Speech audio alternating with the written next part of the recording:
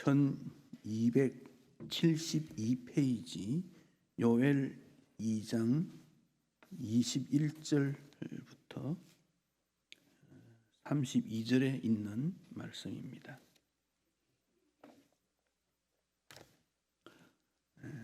뜻을 생각하시며 한 절씩 교독하겠습니다.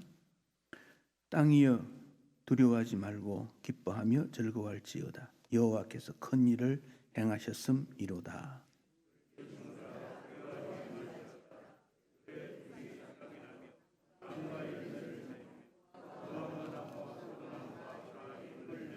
시온의 자녀들아, 너희는 너희 하나님 여호와로 말미암아 기뻐하며 즐거워할지어다. 그가 너희를 위하여 비를 내리시되 이른 비를 너희에게 적당하게 주시리니 이른 비와 늦은 비가 예전과 같을 것이라.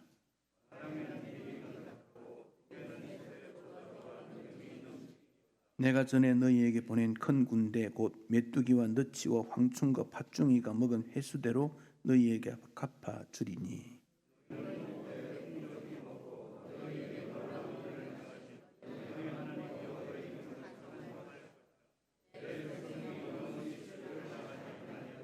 그런즉 내가 이스라엘 가운데 있어 너희 하나님 여호와가 되고 다른 이가 없는 줄 너희가 알 것이라. 내 백성이 영원히 수치를 당하지 아니하리로다.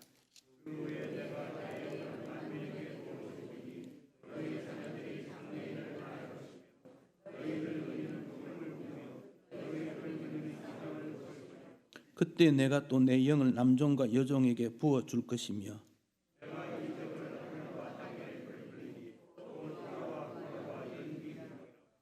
여호와의 크고 두려운 날이 이르기 전에 해가 어두워지고 달이 피빛같이 변하리니와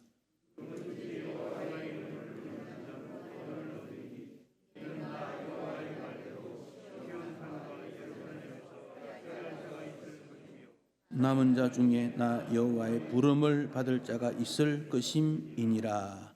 아멘. 세상에서 제일 맛난 반찬이 얼굴 반찬이라 그럽니다. 혼자 식사하는 것보다 사랑하는 사람과 함께 식사하는 것이 좋은데 요즘 이런 아름다운 문화가 그만 깨어지고 말았습니다. 그러나 그런 관계를 통해서 서로가 얼마나 더 존귀한 것인가를 다시 한번 생각하고 서로 격려해서 어려운 시대를 이겨야 하겠습니다. 구약 성경은 하나님이 어떤 분인가를 우리에게 쭉 소개하고 있습니다. 역사 속에서, 어떤 사건 속에서, 어떤 인물을 통해서 하나님이 누구신가? 그 하나님은 존귀하시고 창조자이시고 동시에 잘못한 자에게는 진노하시고 그래서 하나님의 백성들을 하나님의 나라로 이끌어가는 하나님이십니다. 그 하나님에 대한 반응을 주의 백성들이 보여주는데 어떤 사람은 믿음으로 순종을 하지만은 어떤 사람은 거역을 하는 그런 일들이 있습니다. 그런 가운데 일반 백성들의 경우에는 대체적으로 감사나 순종보다는 불평과 원망이 많았던 것을 우리는 잘 압니다. 구약의 마지막 책 말라기에 말라기 선지자가 질문을 합니다. 하나님은 정의로우신데 왜 이런 불의한 일이 많습니까? 넉넉지 못합니까? 하는 질문을 던졌더니 하나님께서 말씀하시기를 너희의 삶이 어렵다고 불평하지 말고 진실되게 하나님 앞에 예배를 드리는 것이 어떤가? 몸과 마음과 정성을 다해서 하나님 앞에 예배를 드려라. 시간도 그렇고 물질도 그렇고 마음도 그렇고 전심으로 하나님 앞에 예배 드려야 되느니라. 그렇게 해서 끝나버려요. 이스라엘 백성들은 하나님의 부름을 받았지만 믿음으로 살지 못한 것이지요. 오늘 우리는 하나님 앞에 어떤 예배를 드리고 있는가? 무너진 하나님의 나라를 어떻게 다시 세울 것인가 하는 과제가 주어져 있습니다. 이스라엘 백성들은 언제 메시아가 우리에게 오셔서 우리에게 자유와 해방과 하나님의 진실한 삶을 누릴 수 있을까? 그런데 때가 되어 예수님께서 이 땅에 오셔서 십자가 지심으로 우리 모두가 하나님 앞으로 나아가는 길이 열려지게 되어졌습니다. 그래서 신약의 마지막 책에 가면 영적 싸움이 지속적으로 일어납니다마는 믿는 자가 고난을 당하고 죽고 박해를 받고 그렇지만 궁극적으로 하나님 앞에 찬양하게 되었다, 찬양하게 될 것이다 하는 약속을 우리에게 주십니다. 오늘의 삶이 힘들고 어려워도 궁극적으로 하나님 앞에 찬양과 영광이 되고 하나님의 기쁨이 될 것이다, 그 약속을 믿고 승리하시기를 바랍니다. 우리의 예배가 진실된 예배가 되고 의무적이거나 내가 예배 드렸으니까 뭘 받겠다는 계산적 예배가 아니라 진실된 예배, 하나님 앞에서의 섬김이 되어야 합니다. 바른 예배자가 될 때 하나님께서는 기뻐하시고 우리 하나님께서 영광을 받으시며 그의 백성들을 통하여 하나님의 나라가 이 땅에 지속적으로 이루어지게 되고 우리와 하나님과의 관계가 더 친밀하게 이루어지게 될 것입니다. 좋다는 말은 한문자 조화롭다에서 나왔다 그래요. 나쁘다는 말은 나뿐이다 하는 말에서 나왔다 그래요.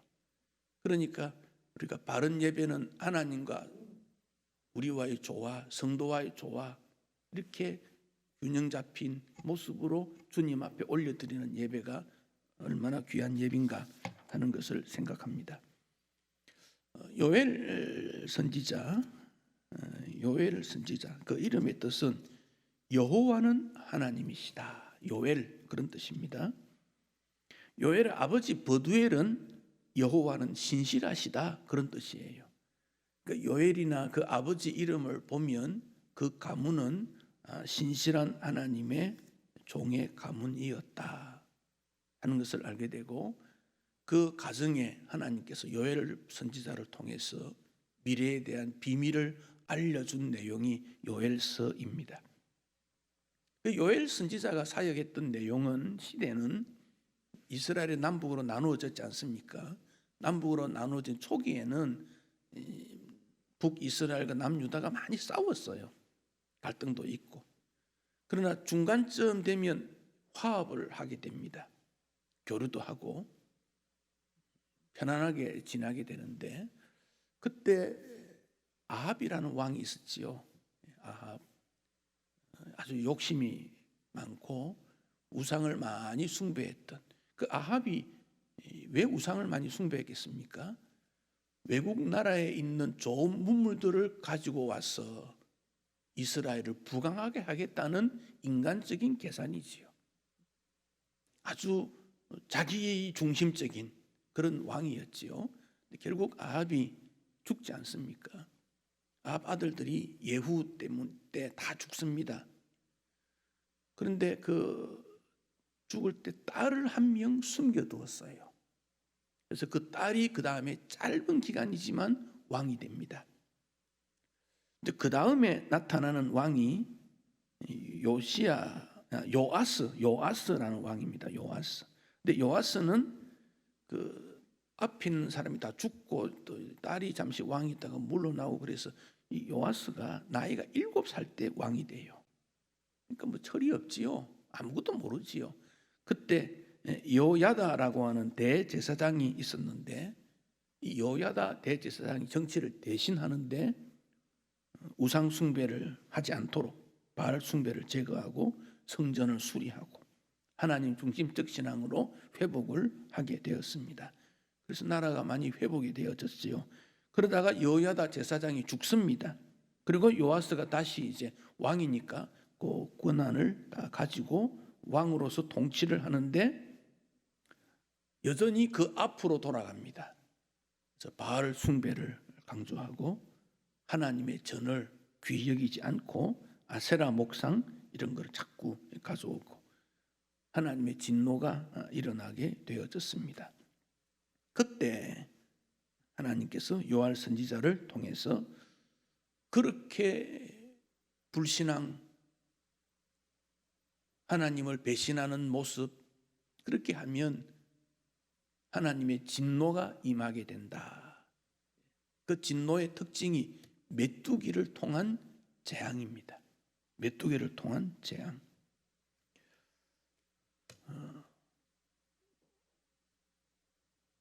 이 성경에 보면 그 25절에 보면 메뚜기, 너치, 황충, 팥중이 뭐 이런 곤충들 이름이 나오지요. 다 메뚜기 종류입니다. 곤충들을 통해서 재앙을 내리겠다, 그런 내용입니다. 그래서 요아스 때 엄청난 메뚜기 재앙이 일어나게 됩니다. 메뚜기 재앙은 출애굽할 때도 있었지요. 바로가 완강할 때, 거부할 때 메뚜기를 통해서 재앙을 내린 적이 있고, 전 세계적으로 역사 속에 메뚜기 때문에 고난 당한 일들이 참 많이 있습니다. 우리나라 경우도 2014년에 해남에서 수십억 마리 메뚜기 떼가 나타난 적이 있다 그럽니다. 근데 지금 2020년에 다시 메뚜기 재앙이 지금 등장이 되었는데, 코로나 때문에 보도가 잘 안 되고 있습니다만은 메뚜기 재앙이 더 손실액이 크지 않나, 좀 그렇게 봅니다. 북아프리카, 동북아프리카 쪽에 70년 만에 최악의 메뚜기 재앙이 왔다 그럽니다. 올 봄에 그렇습니다. 메뚜기 재앙의 때가 이 면적이 100km 차지한다 그래요. 서울에서부터 천안 정도까지 자욱하게 1제곱킬로미터 속에 4천여 마리 혹은 수억 마리까지 된다. 그리고 메뚜기가 2 내지 4cm 크기라는, 손가락보다 작지요. 근데 농작물을 메뚜기 몸무게만큼 먹는다 그래요. 그리고 알을 일주일에 한 번씩 알 낳고, 성장 속도가 굉장히 빠르지요. 세계 식량농업기구에서 메뚜기 통제 작업을 하지 아니하면 이제 그 지역에는 우기가 오니까 우기 전에 20배 정도 증가가 되고 1900만 명이 식량 확보가 어렵겠다. 그 메뚜기가 먹는 양이 3만 5천 명분의 식량을 하루에 먹어버린대요. 지금 동북 아프리카 쪽에서 사우디 쪽으로 올라와서 파키스탄, 인도, 중국까지 지금 왔대요. 그래서 엄청난 메뚜기 재앙이 지금 있고, 이전에는 이집트 쪽에서 영국으로 간 적도 있고, 1988년도에는 서아프리카에서 멕시코 쪽으로도 갔다고 합니다. 지금 메뚜기 재앙이라는 게 오늘날에도 있다는 것을 알게 됩니다. 그러니까 메뚜기 재앙이 나타나니까 모든 것을 멸해버렸다 하는 걸 알 수 있습니다. 1장 7절에 보면 포도나무가 멸하며 무화과나무가 긁어 말갛게 벗겨졌다. 8절에서는 애곡한다. 9절에는 보면 제사를 드릴 수 없는, 하나님 앞에 예물을 드릴 수 없는 그런 입장에 제사장의 슬픔이 있고, 10절에는 밭이 황무하고 토지가 마르고 포도주 참, 11절에 농부들이 부끄러워하고, 12절에 포도나무가, 무화과나무가, 석류나무가, 대추나무, 사과나무가 다 시들어서 사람의 즐거움이 없어졌고, 이런 재앙 속에 1장 14절 금식일을 정하여 성회를 소집하고 장로들, 이 땅의 모든 주민들을 하나님 앞에 모여서 부르짖는 기도를 해야 한다 말씀하고 있습니다.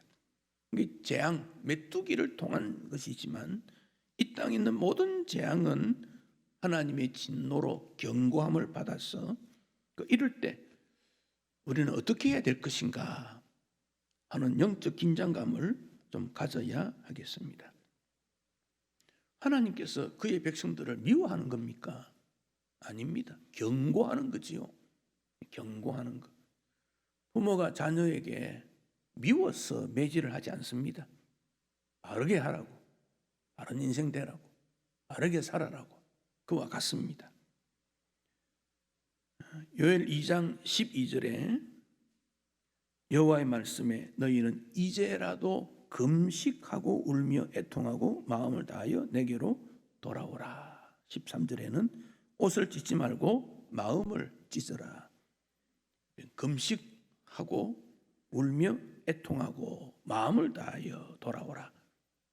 우리가 하나님 앞으로 나아갈 때 전심으로 나아가야 된다는 겁니다. 오늘도 주일이네, 교회나 가볼까? 이런 환경 속에 가지 않으면 안 될까? 이런 갈등들을 가지지 말고 예배 우선이다. 예배 우선이다. 하나님 우선이다. 신앙생활 우선이다. 이거 항상 우리가 기억해야 합니다. 사랑의 하나님께서 모든 백성들을 오라고 초청하십니다.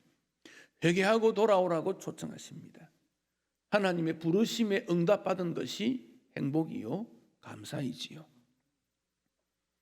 찬송 525장에 돌아와 돌아와 찬송이 있는데요. 돌아와 돌아와 마음이 고난이여 길이 어둡고 험악하니 빨리 돌아오라. 어서 돌아오라. 하나님께서 우리를 부르고 있습니다. 돌아오라. 믿음은 무언가? 하나님께로 돌아가는 것, 아버지 집으로 돌아가는 것, 하나님 품으로 돌아가는 것, 이 믿음이다 하는 것입니다. 하나님 마음을 아프게 했던 것을 뉘우치고 하나님 앞으로 돌아가는 것입니다. 돌아가면 문제는 해결됩니다. 요엘 2장 12절 13절을 보십시다. 13절 너희는 옷을 찢지 말고 마음을 찢고 너희 하나님 여호와께로 돌아올지어다. 그 다음에 같이 읽습니다.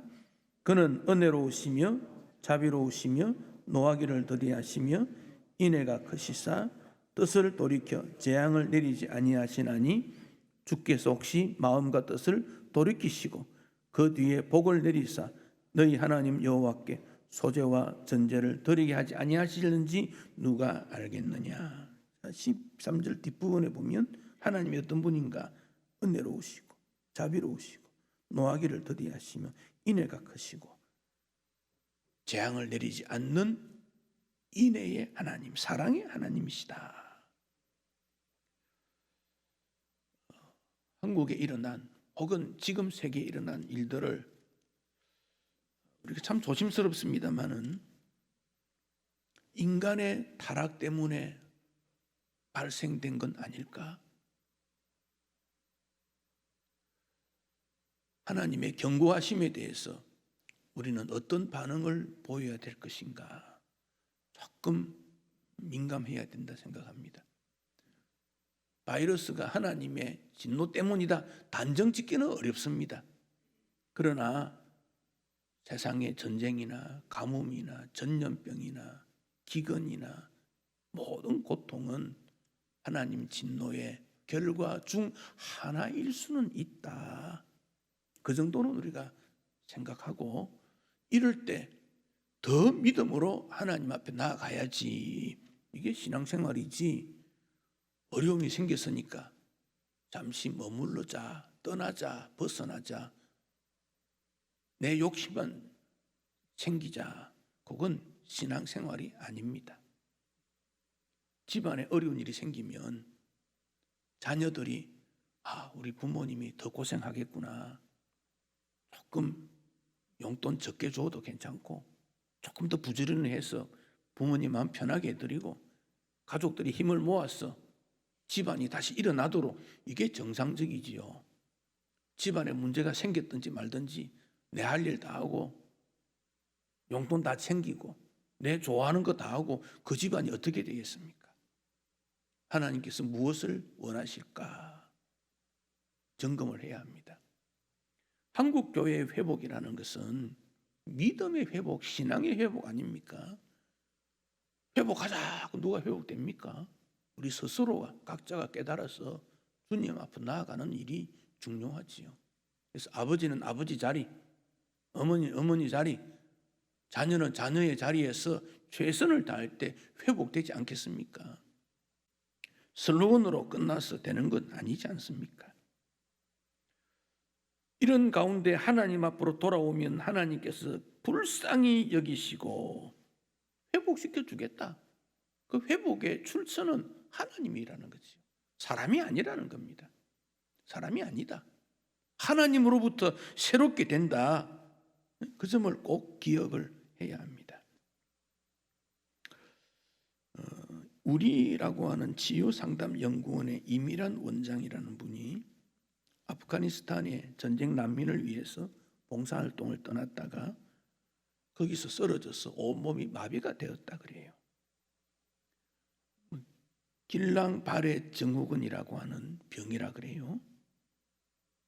신경계 이상인데 근력 저하증으로 사망률이 80% 되고 회복되어도 근육 무기력증에 빠지게 되는 아주 이런 병이라 그럽니다. 몸무게가 34kg 빠졌고 뇌를 제외한 모든 신경이 마비가 되어서 뼈만 앙상하게 남았고 손을 내밀어 물 한 컵 마실 수가 없고 혀가 굳어서 말을 제대로 못하고 그런 어려움에 빠졌는데 그가 모태신앙으로 이건 하나님 앞에 기도해야 되는 일이구나.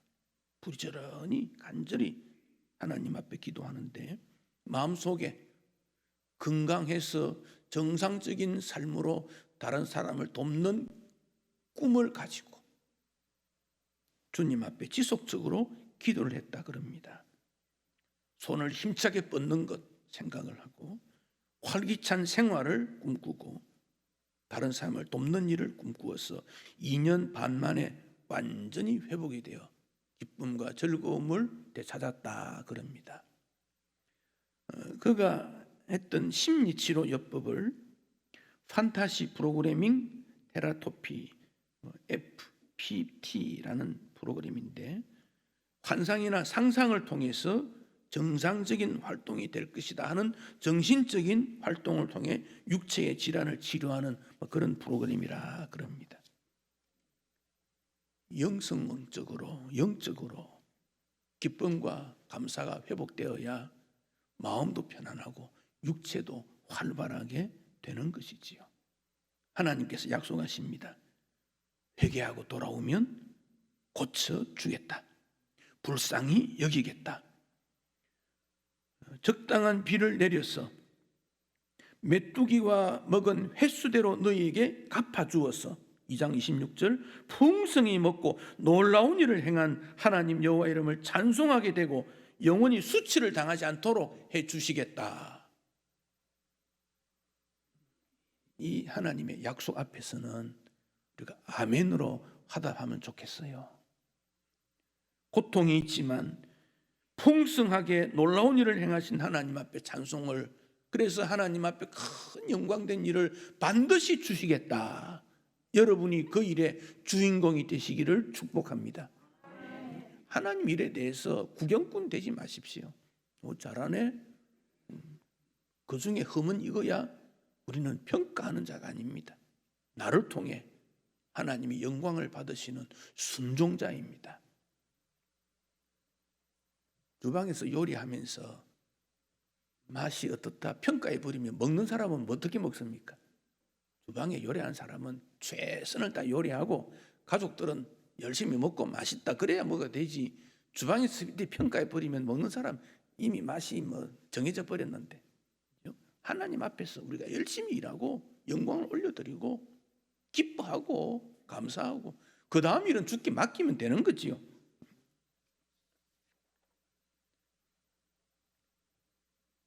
요엘 2장 19절 여호와께서 그들에게 응답하시겠다고 했습니다. 2장 20절에는 북쪽 군대를 멀리 떠나게 한다. 이 메뚜기 떼를 이 군에다가 비유를 한 거예요. 메마르고 적막한 땅에서 쫓아내겠다.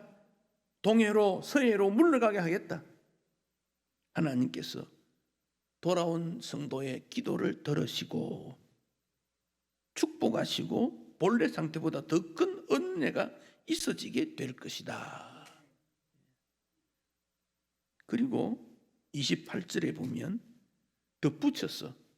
뭐 그런 일은 있겠다고 생각되는데 요엘 선지자가 한 번도 듣지 못한 깜짝 놀랄 말씀을 28절에서 주셨어요. 28, 29절을 같이 읽습니다. 그 후에 내가 내 영을 만민에게 부어주리니 너희 자녀들이 장래일을 말할 것이며 너희 늙은이는 꿈을 꾸며 너희 젊은이는 이상을 볼 것이며 그때에 내가 또 내 영을 남종과 여종에게 부어줄 것이다. 이 말씀을 구약에 있어서의 성령 행전이다, 이런 표현을 합니다. 메뚜기 재앙에서부터 벗어남으로 먹고 사는 문제 해결되지 않습니까? 그럼 더 이상 기대할 게 없지요. 그런데 하나님께서는 요엘 선지자를 통해서 먹고 사는 문제에 만족하지 말고 그보다 더 높은 꿈을 꾸어야 된다. 그 꿈을 이루기 위해 내 영을 부어주겠다. 누구에게? 만민에게, 우리 모두에게 부어지게 될 것이다. 그로 말미암아 마지막 하나님의 최후 심판이 일어나기 직전까지, 그런 순간까지도 두려워하지 말고 당당하게 믿음으로 살 수 있는 길을 주님은 열어 놓으셨습니다. 구약에 있는 이 심판, 종말에 대한 예고는 그 시대에 일어났고 또 지나면 더 큰 일이 일어나고 또 지나면 더 큰 일이 일어납니다. 반복적입니다. 그래서 용수처럼 나사처럼 점점 나팔처럼 커져가서 최종적 심판이 있게 될 것을 예고하고 있는데, 언제 그런 재앙이나 아픔이, 슬픔이, 큰 고통이 있을지라도 하나님의 동행과 축복이 있으면 두려워할 필요가 없다. 주의 이름을 부른 자는 모두가 구원받는다, 그런 말씀입니다. 그걸 위해서 꿈을 꾸라, 그 말입니다. 늙은이도 젊은이도 종도 모두가 꿈을 꿀 수 있다, 그 말씀입니다. 여러분, 사람은 꿈을 꾸는 존재 아닙니까? 그런데 그 꿈을 이루었을 때 그 다음 뭘 할 것인가 하는 것이 중요합니다. 코로나 바이러스가 물러나고 난 다음 뭘 할 것인가? 거기에 대한 해답은 없어요. 부자가 되면 그 다음 뭘 할 것인가? 건강을 회복하면 그 다음 뭘 할 것인가? 거기에 대한 해답입니다. 대학에 입학하면, 졸업하면, 취업하면 그 다음 뭘 할 것인가? 직분자가 되면, 직장에서 은퇴했으면, 나의 이런 문제가, 고통이 해결되었으면 그 다음 나는 뭘 해야 될 것인가? 그 꿈을 가져라, 그 말씀이에요. 그걸 위해서 하나님의 영, 성령을 우리에게 주시겠다 약속하고 있습니다. 베드로가 물고기 많이 잡는 꿈을 가졌지요. 그런데 예수님 만났더니 사람 낚는 어부가 되는 꿈을 꾸었고 실천했고, 베드로를 존귀 여기는 이유가 거기에 있습니다. 바울이 그 당시 최고의 학문을 공부하면서 그 꿈을 실천하려고 유대의 진리를 펼쳐나가다가 부활하신 예수님을 만났더니 그가 배웠던 모든 것을 접어놓고 예수의 생명 전하는 일에 생명을 내세워서 특별히 이방인 왕들에게, 즉 복음이 전혀 들어가지 않는 그들을 향해서 복음 전파의 꿈을 가지고 실천했지 않습니까? 꿈이 바뀐 거예요. 꿈이 바뀌었어요. 건강을 회복하고 부자가 되고 능력이 있고 새로워졌을 때 나는 뭘 할 것인가? 그 꿈을 가져라. 그렇게 주님은 요청하고 있습니다. 우리 하나님은 노아 때도 계셨고 죄가 가득했을 때 방주를 지어서 세상의 모든 죄를 정리하고 거기서 끝나는 것이 아니라 무지개를 통해서 새로운 꿈을 주셨고, 아브라함을 통해, 다윗을 통해 오늘 이 땅에 우리에게도 주님이 우리를 불렀을 때에는 하나님의 꿈, 하나님의 나라를 이루는 꿈, 그 꿈을 이루라 말씀하고 있습니다. 애굽의 최고의 권력을 가진 바로 왕은 하나님이 아니고 하나님 나라를 꿈꾸었던 양식이 모세가 꾸었던 꿈이었다 증명이 되지 않았습니까? 다윗 시대에 양치기들이 많았고 물맷돌을 던지는 사람이 다윗만 있었겠습니까? 그들은 모였을 때 늘 물맷돌 연습했지 않겠습니까? 그 연마했던 다윗은 그것으로 하나님의 나라를 위해 사용하는, 그래서 다윗이 하나님에게 쓰임받는 일꾼이 된 것이지요. 여호와는 나의 목자라고, 주님을 사랑한다고, 주님은 나의 구원의 왕이라고 다윗은 노래하고, 후대 모든 사람들이 다윗이 노래했던 그것을 함께 노래하며 신앙적 공감대를 이루고 있지 않습니까? 왜 우리는 재앙의 문제를 해결하려고 해야 됩니까? 왜 건강해야 됩니까? 부자가 되는 이유는 무엇입니까? 자녀들에게 공부시키는 목적은 무엇입니까? 하나님 나라의 꿈을 가지고 그 꿈을 이루라는 것입니다. 성령이 왜 임해야 됩니까? 성령 임하지 않으면 구원 못 받습니까? 성령이 임하지 않아도 구약의 율법으로만 잘 지켜도 구원의 길을 받을 줄은 모르겠습니다. 그러나 성령이 임하면 달라지는 게 무엇입니까? 만민에게 복음을 전하는, 땅끝까지 정인이 되는 하나님의 영광된 모습이 확장되어 가는 그 꿈을 이루기 위해 성령이 임하신 것이지요.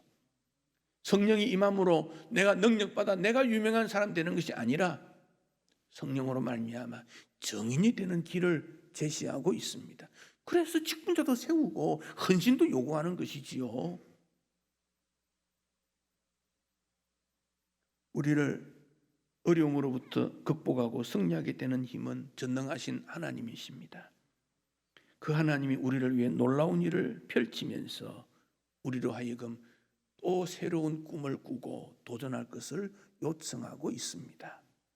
여러분의 삶 속에서 하나님의 동행하심을 체험하며 여러분은 무엇을 위해 살아야 할지, 어떤 일을 해야 될지, 무엇을 향하여 나아가야 될 것인지 하나님 앞에 자신을 돌아보고 꿈을 가지고 여러분이 가진 이 땅의 꿈 넘어 영원한 꿈, 하나님의 꿈을 나의 꿈으로 소유할 수 있는 놀라운 은총이 여러분에게 있기를 축복합니다.